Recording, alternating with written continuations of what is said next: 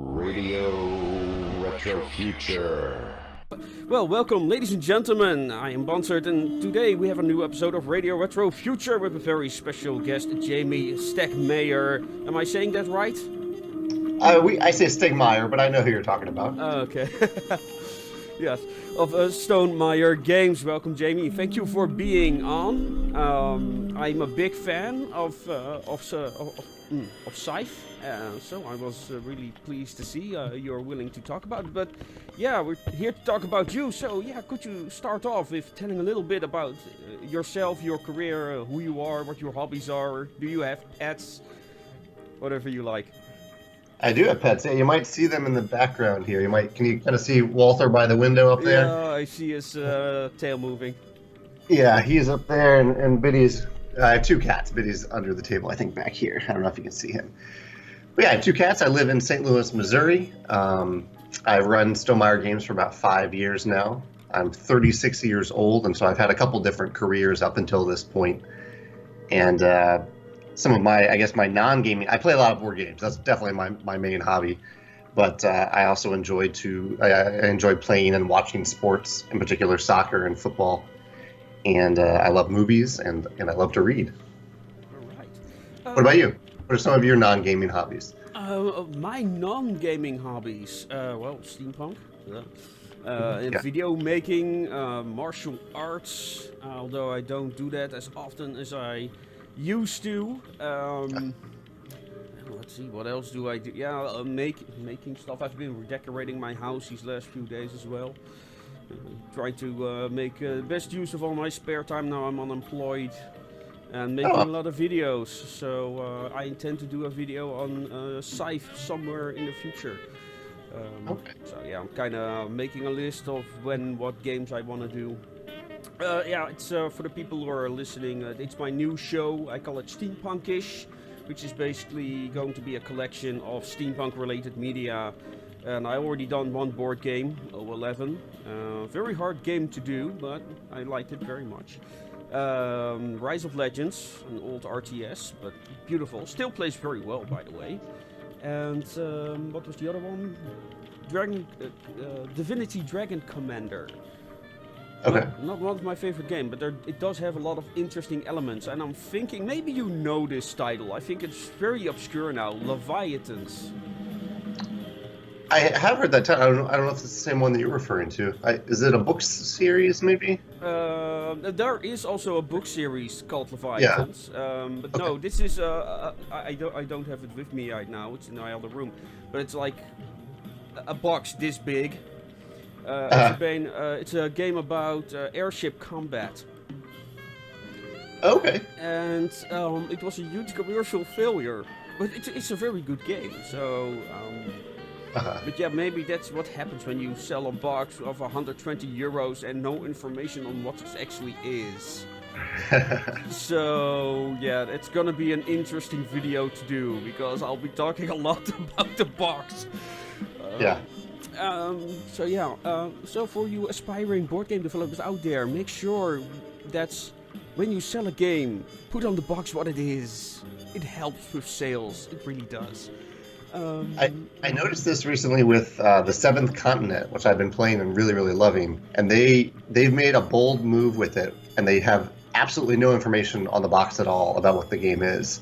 And I think I kind of inquired about it, and I think the reason is that they don't intend to ever sell the game through retailers, so that you can't walk into a game store. Normally, you pick up the box and look at the bottom of the box. They're only going to go on Kickstarter, from what I've heard. And so that way they can put all the information there. What's on the box doesn't really matter all that much. Yeah. But I thought it was a very interesting choice. Maybe they intended to do that for Leviathan as well. That they wanted it to be word of mouth, because they wanted to sell. They had like two flits, the French and the British, and they also had a single expansion brought out for it where you got two other classes of ships. And maybe that was their intention, because every store at the time, every game store, every respectable game store, had a box of Leviathans, but no one could tell me what it was, because it was this big, and there was no information on what it was. So when I opened it, I was surprised to find beautiful miniatures in that box. I was like, what the hell? Why wasn't this on the bloody box? Because they Right. were selling it, like you said, through retailers. So that's interesting. I might have to look up. Maybe I can find some information on forums, because they had this entire website with more rules and expansions and all these ambitions, and like just gone. So yeah. Which brings us back again to to you. I want to mainly talk about Scythe because of its aesthetic and the world building by Jacob Grozalski. And who I tried to contact him very early on when I started this YouTube channel, because I love his art. His art is just bloody amazing. And now there's a video game coming out. Right. I don't recall the name. Do you know the name? Yeah, it's called Iron Harvest. Iron Harvest. That's the one I was looking for. I keep forgetting. So I'm really looking forward to that, because it's also based on Dawn of War, which I really enjoy. So yeah, let's just start with how did you come up with the concept of Scythe, and how did Jacob get involved, or was it the other way around? Yeah, it was the other way around.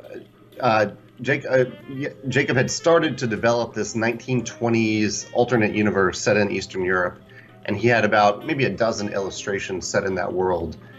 And I happened to stumble upon these illustrations when they were posted on a website called Kotaku, and I was just enamored with this world, and all of my game designer creative juices just wanted to design a game in that world. So I reached out to Jakob and asked him if he would be open to me designing a game in that world, and him influencing the design and just working together on it. Basically, me getting the board game rights to the world. And to my surprise and delight, he agreed to work with me on that. All right. And what was the next step? Were you like, okay, I'm just gonna make a game? How did that process go? Yeah, at first it was kind of a back and forth discussion, because I wanted to see what his vision was, what he liked or what he didn't like about games. He wasn't a big tabletop gamer at that point, but he had played miniatures games and I think role-playing games. So we just had some discussions about what he kind of wanted the game to look like. And then I just took it from there. I spent a few months just brainstorming and tossing ideas at him, and some of them were ideas where I would say, I know this world is still in development. Can this thing be in the world? Like, for example, can there be more than just two factions? Because at the beginning, he only had factions based on Poland and Russia, and I wanted a game with more than two players. So he had some ideas for those factions. So there was a little bit of me like influencing the world or poking at the world a little bit, and then he would take it and run with it, and then I would bring that back to the mechanisms of the game through that brainstorming process. Right, because when I look at the range, I've got the special edition right away. So awesome! Yeah, so really proud to have that. And I was kind of wondering, because when I played it, when I saw it, because I have a lot of more complicated board games. One of them was Twilight Imperium Rex, something of that. Looked very familiar in that game. Also some elements of, let's say, Cuba. Resource building games are well, very popular. Am I correct? Were those games inspirations? The top two inspirations were Terra Mystica for its engine building elements, and Kemet for a few different reasons involving combat.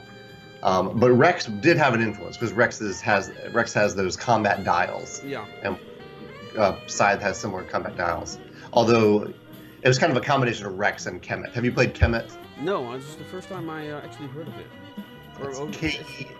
It's Kemet, and it's definitely like an all-out attacking game with very slight engine building elements. Or not slight. There's a significant engine building element to it, but it's mostly a game about attacking.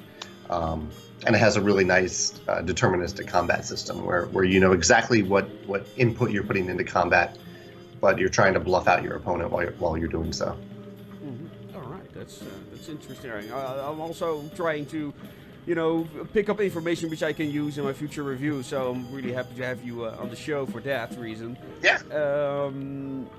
Yeah. It does. It looks like we have a few questions from listeners on Facebook. Do you want me to throw those out there? Yeah, sure. Go ahead. I don't see them, so. Yeah. I put this on the Scythe Facebook group. So Steve asked, have all the tiles and resolutions been teased or leaked out already? And I have not leaked all. He's talking about the Wind Gambit. So I have not leaked everything that's in here. But one reviewer has a copy. Bauer's Game Corner did a review the other day, and I think he put all the tiles on the video. So I think if you like pause the screen on that video, you can get them. I'll post the link to that on Facebook. Okay. And then Rick Ferreira asked, will there be promo cards related to airships and resolutions to be released later, or will I stick to just promo, encounter, and factory cards? And I guess, Rick, to be honest, I don't know. I think we're going to really slow down promo card production because my sense is, like, ever since we came out with Scythe, we've done encounter cards. We've come up with, I think, 6 or 7 encounter cards that we've given to reviewers. And my sense from Scythe fans have been that they've enjoyed these, but they also don't like that they have to constantly hunt down more stuff to complete their Scythe game. All right. So, I don't know how many promo cards we'll do at all in the future. And if we do, though, there probably will be encounter cards because they're the easiest just to slip into the game. They don't really impact gameplay all that much. They're just a fun addition. I would be really hesitant to do any promo card that would make someone feel like their copy of the Wind Gambit is incomplete. Right. No, it's interesting to see that progress in action and what people really want. Yeah. Because you do get the idea that, people love promotion material and unique things, and it's like, oh no, actually they don't want to spend all the time hunting it all down. It's interesting. What is so special about the special edition, by the way? Because I saw the Automata cards being sold separately at a place I looked today. Was that not included in the basic edition? The Automa cards are included in every version of the game. What we found is that so Automa was designed to be a one-player experience, like you against one Scythe opponent. I guess so. It's essentially 2-player, one where it's human, one where it's AI. But we found kind of after we released Scythe and during the Kickstarter campaign, but mostly afterward, that people wanted to play against multiple Automas. So like you might play solo against 2 opponents or 3 opponents. So that's why we sell the deck separately, because you can run, like people have even played a 7-player game of Scythe with no human players. It was just 7 Automa decks, which I thought was pretty cool. Yeah, it's dedication. Yeah, quite dedication. Yeah, I can't remember who won that game. Maybe someone can post a link to that. Oh yeah, let us know in the comments if that happens. There will be a edited version posted after this one, by the way. So comment on the edited version is all I'm saying. Okay. Yeah, and then where was I with my questions? Yes. Like when you actually started working on the game, did the game turn out as you envisioned at the start? No, yeah, that's a good question. Because no game ever does. I always have what I after all that brainstorming, I usually have what I think is a clear image of the game, and then I test it, and things work out drastically different than I think they would. In Scythe, some of the things I had early on. So I'm often influenced by the games I'm playing at the time, and so one of the games I was playing at the time was Dead of Winter, and Dead of Winter does a really good job of putting out all these characters that hopefully you become someone invested in. And so one of the early versions of Scythe didn't have any miniatures, and it just had a bunch of unique people, like cardboard standee people on the board, each with different abilities and backstories and whatnot. But it was just a ton of information to manage. Like, it wasn't interesting or fun to do it that way. It was also much more of it wasn't deck building like we know deck building to be, but more like Magic the Gathering constructed deck building, where you would put together a deck of all these people and you would play with that. Not quite like Dominion, because the deck building portion was to happen before the game started and not during the game. Okay. But that also didn't work out. Like pretty quickly, I figured out that wasn't working. So slowly it gravitated. Also, combat went through a ton of iteration. I knew it was going to be a game with player interaction, but I didn't know how big of a role combat would actually have in the game. And early on, it was a much bigger part of the game, and it became less and less a feature of the game as the game progressed. The final game is more about like the threat of combat than a ton of actual battles happening during the game. Yeah, that was kind of a criticism I got, on the game, that it was a little bit too much based on the resource management. Like you said, it's the threat of combat that keeps the tension up, and I like the upgrading. I like the constantly working towards expanding your engine. I really like that element. That's my major problem with games like Cuba. It's like you're gathering resources, and there's no real interaction with other players. Just, you just watch their scores go up, and maybe they take in a space that you wanted to use the other turn, and that's it. That's as far as the competition really goes. And then finally someone... And here it's really like, okay, you're actually really competing with one another, and you're actually watching what the other one is doing. It's the main reason why I enjoy games like Twilight Imperium, which of course is a completely different type of game, but still it has that same element, anticipating what the other player is doing. And are you satisfied with the game as it turned out, or are there now elements you're like, oh, I wish I'd done this differently? That's a good question, and I think it's enough time has passed that I can answer that hopefully fairly. I would say I'm never 100% satisfied with any game that I release. Like I try to get it to a place that I think it is a very fun, functional game, and balanced. But there's always little things that I think could be a little bit better. I think any artist does this, but with Scythe, I think the one thing that I wish we had figured out in playtesting, because we playtested this game a ton of blind playtesting, and somehow it did not come up. There's one faction that's paired with a certain mat, and it's just overpowered with that mat. It's Rusviet and Industrial. When you pair those two things with an experienced player, they can just run through the game in about 14 turns, which is much faster than a player should be able to end the game. So everyone who's listening now, remember that combination?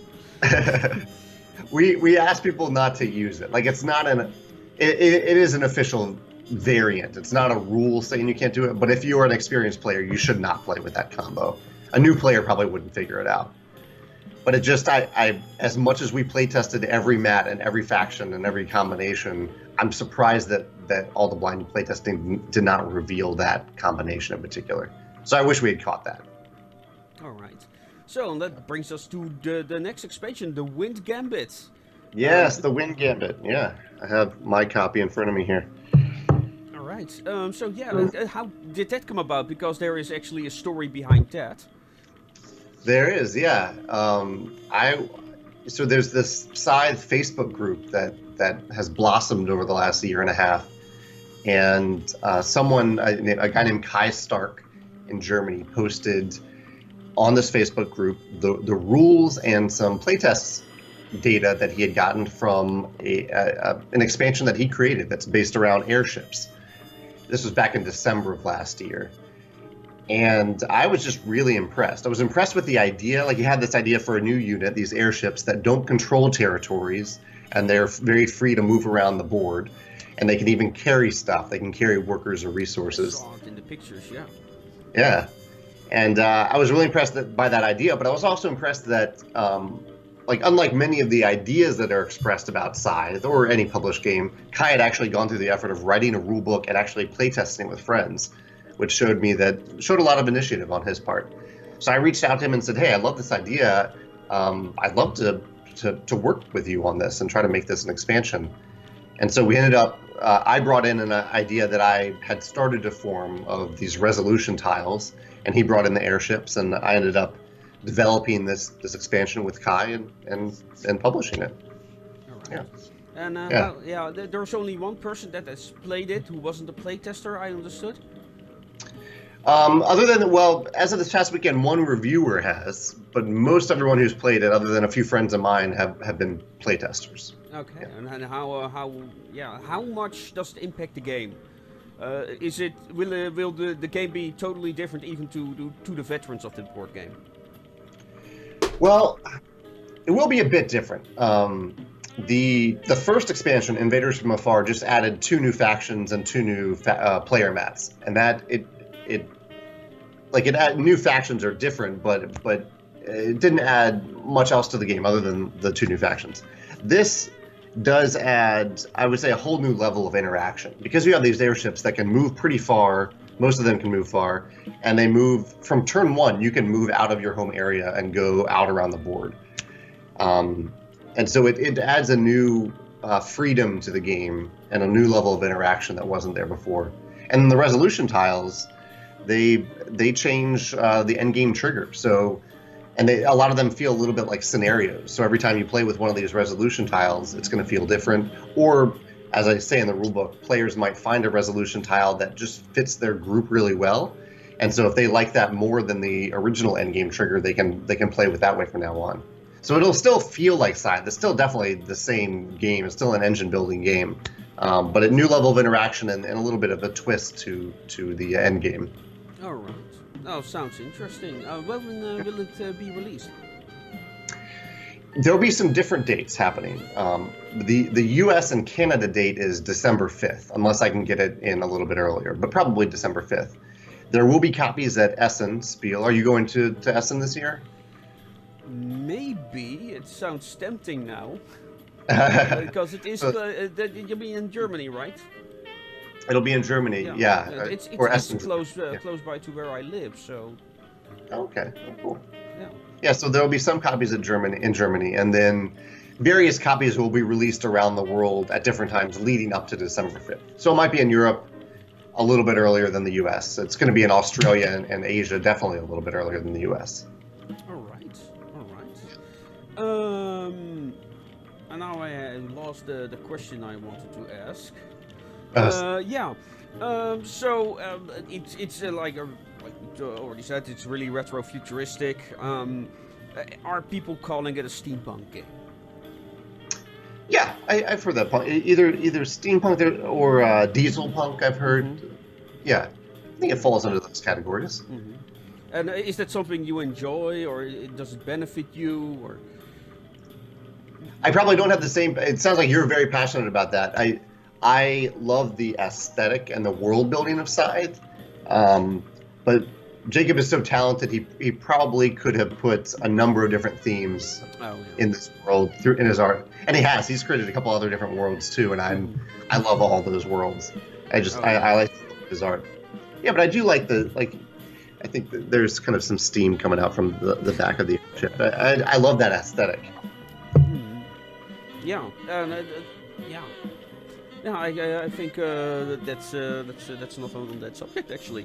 So what's the future for the world of Scythe as far as board games are concerned? Are you already planning on different board games, or do you want to make more expansions?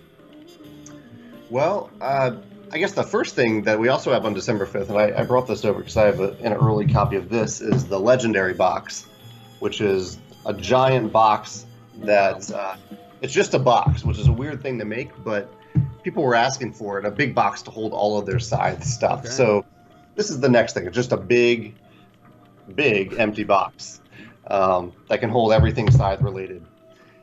We have decided to do one final expansion. So similar to what I said about the promos, we don't want to drag this out. We know that we have a good thing going, but we don't want to overextend people's interest and generosity in their support of the Scythe product and the Scythe world. So after the Wind Gambit, we have one more expansion that's a pretty big one.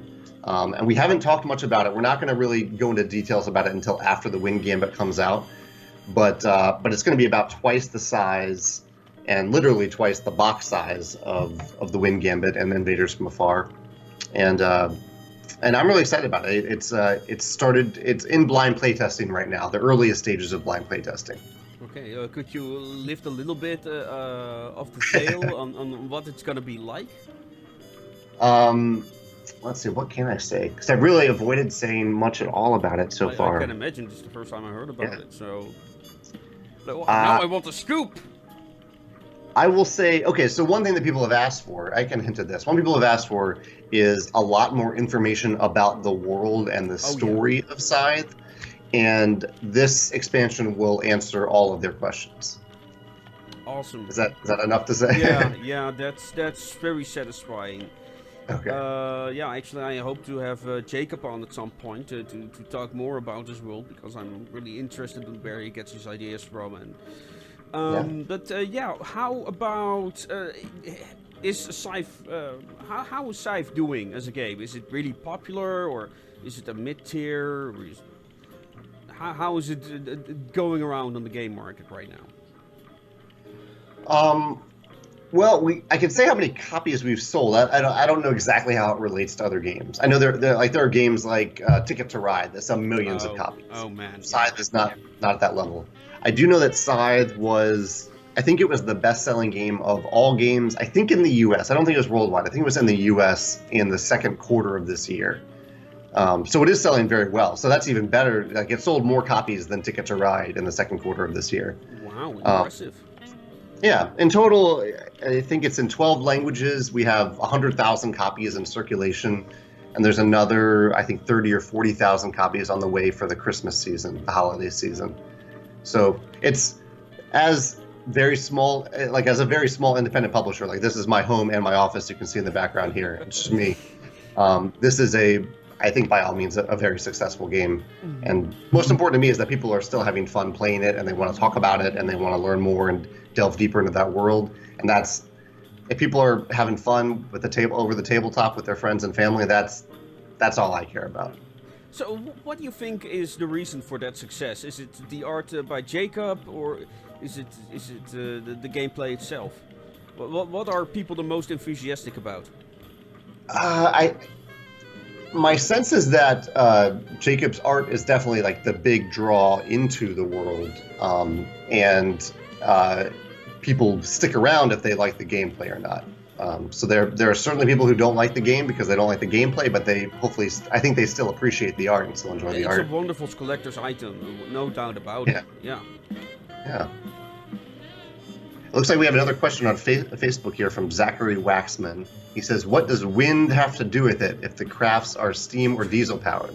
Which is a good question. It's like, so it's not that like wind is blowing these aircrafts around, but wind is, I was looking for a word that talked about the air and being up in the air and floating, and wind seemed like a good word for it. And I ended up liking the title, The Wind Gambit. It seems like a pretty cool title. It reminds me very much of it's more Art Deco, but it's also very retrofuturistic. Anime called Last Exile, and that also has this thing with wind and wind in the titles. So yeah, for people that like Scythe and the world, check out Last Exile. The first season, which is from 2003, I think, is great. There is a 10-year anniversary series made, but the action is awesome, the battles are awesome, but the characters, oh man, I never wanted to choke a protagonist just as much. But, if you have some hours to spare, you want to see a interesting retrofuturistic series, check out Last Exile. It has its flaws, but it's worth your time. Let's see. Yeah, that's something else I noticed. It's kind of... So maybe you can answer this. I noticed, especially with Scythe, a kind of a video gamification of the rules and the way how games are being published. Like, you have got this achievement list included, at least in the special edition. And you know the way how expansions are being done these days. Is there a relation? Is there an influence from the video game market into the board game market? I certainly think there are things that board game designers can learn from video games. I'm not a big video game player, but I read a lot and I watch a lot about video games. Just because I think there are some good things we can learn. Like, when you play a video game, you don't sit down and read a 32-page rulebook before you start playing. Right. The game teaches you to play, and that makes them very accessible. Yeah. Even complicated video games just teach you how to play, which I think is great. And the achievement sheet in this case actually came from a game, a Power Grid First Sparks. So it came from a tabletop game, but their inspiration may very well have been video games. I can definitely see how you made that connection. How the achievements are a huge part of video games. So yeah, and I'm even other games that I'm currently designing. There's some particular video games that I'm studying that I'm fascinated by, that I want to learn from and apply the cool things they're doing to the tabletop world. Yeah, I think that was it for my questions. Do you have any remarks, questions, or do you just want to plug your game? Well, it looks like we do have another question from Ramses Solis. He said, "I love Scythe and Terraforming Mars. Have you thought of a crossover?" I love Terraforming Mars too, and I love Scythe, so I can relate to that. I would say probably not, or almost definitely not. We wouldn't do a crossover because we are going to leave the Scythe world behind after this third expansion, and they're very different games. They're both engine building games in their own right, but they're both very different games. I guess if he's asking like, could there be a retheme of Terraforming Mars that use Scythe art or different art? I'm sure at some point. I think it's Frixis Games and Stronghold. They might consider doing new art with the game, but it wouldn't be Scythe art. Can you think of anything like that? Is there any two games that you love that you'd love to see, like one of them in the other's world or vice versa? Well, of course, there is my own game, which I once started based on the world that I wrote. Yeah, as so many people have. Gee. Well, for that one, is there a tabletop game that you would love to see that world with the mechanisms of a game that you love? My world.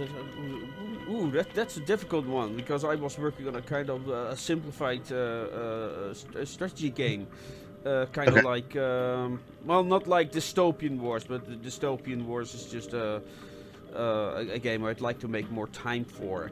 I'm not sure you're familiar with that strategy game. I've heard of it, but I've not played it, or I couldn't speak about it. Yeah. Let's see. Well, I'm a big fan of games like Arkham Horror and Mansions of Madness. And well, we were kind of one idea we once played with a friend of mine was a kind of a game that combined certain elements of. Not Mansions of Madness, but the Betrayal in the Haunted House on the Hill. Yeah. And that with D&D. Okay. Only then we didn't like the D&D board game that they came up with because it suddenly ends. Like your quest is all of a sudden complete. That's okay. That's nice. So I pre-ordered World of Smog. So I'm really curious how that will turn out.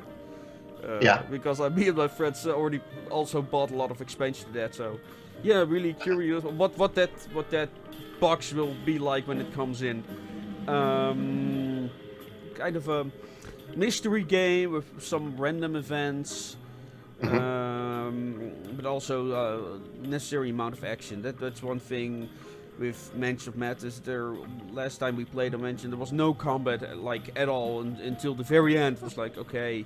This wasn't what we intended. So, and Arkham Horror, yeah, I've been playing that since middle school. So, yeah, that's gonna stay in for a while. I also love the combat system of Tannhauser. That game all of a sudden dropped from the face of the earth for some reason. Don't know what happened there. Can't buy it anymore from Fantasy Flight either. Really weird. So yeah, okay, that was actually a number of games, but yeah, those are things I like. Let's just put it that way. Especially the mystery, more story-focused elements. And Scythe already has that foundation, so I'm really curious now to what the third installment will be like. Yeah. That's good. I'm glad you're curious about it. Yeah. So yeah, maybe this is a good time for some words of inspiration or just a plug of your game, whatever you feel like. Well, I guess we're here to talk about the Wind Gambit, so I'm excited to put this out there in the world and see what people think of these airships and if people have a certain resolution tile that they like more than the next.